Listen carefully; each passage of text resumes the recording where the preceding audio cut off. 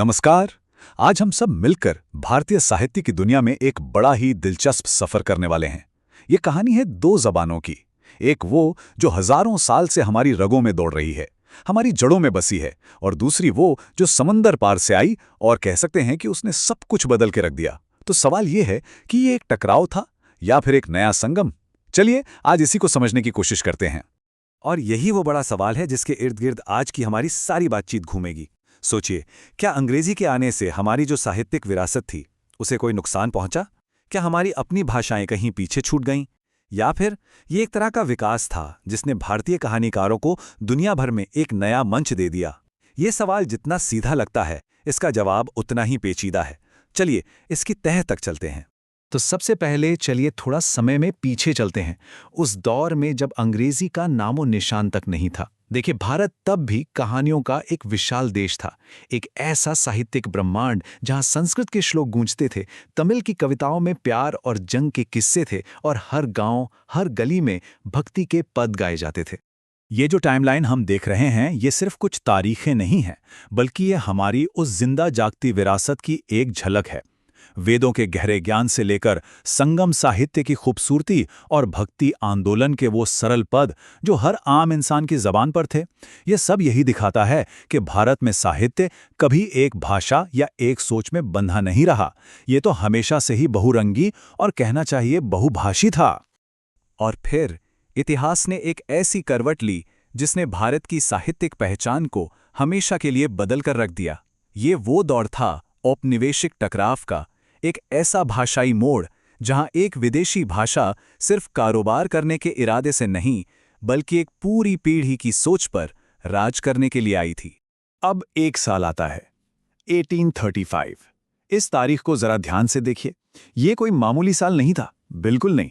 ये वो साल था जब थॉमस मैकाले ने अपना मशहूर मिनट ऑन इंडियन एजुकेशन पेश किया। एक ऐसा दस्तावेज जिसने भारत में अंग्रेजी को सिर्फ एक भाषा नहीं, बल्कि शिक्षा और पावर की भाषा बना दिया। और यकीन मानिए, इस फैसले की गूंज हमें आज तक सुनाई देती है। और मैकाले का जो मकसद था वो बिल्कुल भी छिपा हुआ नहीं था। बात सिर्फ एक नई भाषा सिखाने की नहीं थी।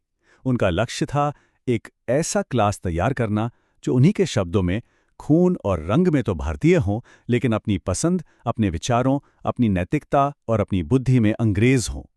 मतलब ये एक तरह का कल्चरल इंजीनियरिंग का बहुत बड़ा प्रोजेक्ट था। तो सवाल उठता है कि मैकाले की इस विरासत को हम कैसे देखें? असल में ये एक सिक्के के दो पहलुओं जैसा है। एक तरफ तो ये सच है कि इसने भारत के लिए पश्चिमी विज्ञान, लिटरेचर और नए राजनीतिक विचारों के दरवाजे खोल दिए। लेकिन इसका एक दूसरा पहलू भी था। इसने एक भाषाई पिरामिड बना दिया जिसमें अंग्रेजी सबसे ऊपर थी और हमारी अपनी भाषाएं कहीं नीचे दब गईं। लेकिन कहानी का सबसे दिलचस्प मोड़ तो अब आना बाकी था।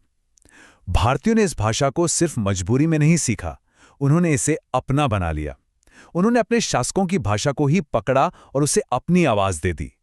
चलिए देखते हैं ये कमाल कैसे हुआ। और यहीं पर एक बड़ा मजेदार कॉन्सेप्ट आता है जिसे कहते हैं चटनीफाइड इंग्लिश।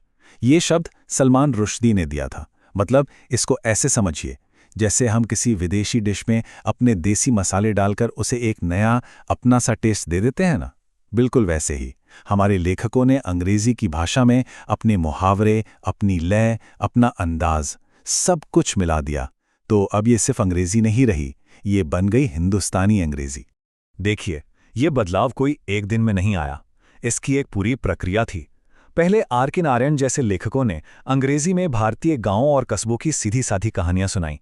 फिर धीरे धीरे लेखकों ने इसमें देसी मुहावरों और हमारी अपनी कथा शैलियों को मिलाना शुरू किया। और आज अरुंधति रॉय और अमिताभ घोष जैसे लेखक इसी चटनीफाइड अंदाज में भारतीय कहानियों को पूरी दुनिया तक पहुंचा रहे हैं।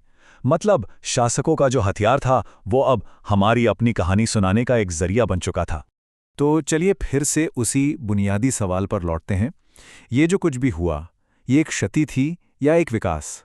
क्या अंग्रेजी को अपनाने के चक्कर में हमने अपनी भाषाओं की आत्मा को कहीं खो दिया, या फिर हमने अपनी बात कहने के लिए एक नया और ताकतवर माध्यम हासिल कर लिया? और सच कहूं तो दोनों ही तर्कों में काफी दम है। देखिए, एक तरफ का तर्क यह है कि अंग्रेजी के दबदबे ने हमारी सैकड़ों जिंदा दिल क्षेत्रीय भाषाओं को हाशिए पर धकेल दिया और साहित्य को बस एक पढ़े लिखे शहरी तबके की चीज बना दिया। वहीं दूसरी तरफ की हकीकत यह है कि अंग्रेजी ने ही भारतीय लेखकों को एक ग्लोबल प्लेटफॉर्म दिया, एक ऐसी आवाज बनाने का मौका दिया जो है तो भारतीय, लेकिन जिसे पूरी दुनिया सुन सकती है। तो शायद इसका सही जवाब ये या वो में है ही नहीं, शायद जवाब और में है। आज का जो भारतीय साहित्य है वो किसी एक भाषा का मोहताज नहीं है। ये एक बहुभाषीय भविष्य की तरफ बढ़ रहा है, जहां अंग्रेजी और हमारी अपनी भाषाएं एक दूसरे से लड़ नहीं रहीं, बल्कि एक दूसरे से बात कर रही हैं, एक संवाद कर रही हैं। और हमें ये बिल्कुल नहीं भूलना चाहिए कि अंग्रेजी के साथ साथ बांग्ला, तमिल, मलयालम, हिंदी, मराठी और कितनी ही भारतीय भाषाओं का साहित्य आज भी जबरदस्त तरीके से फल फूल रहा है।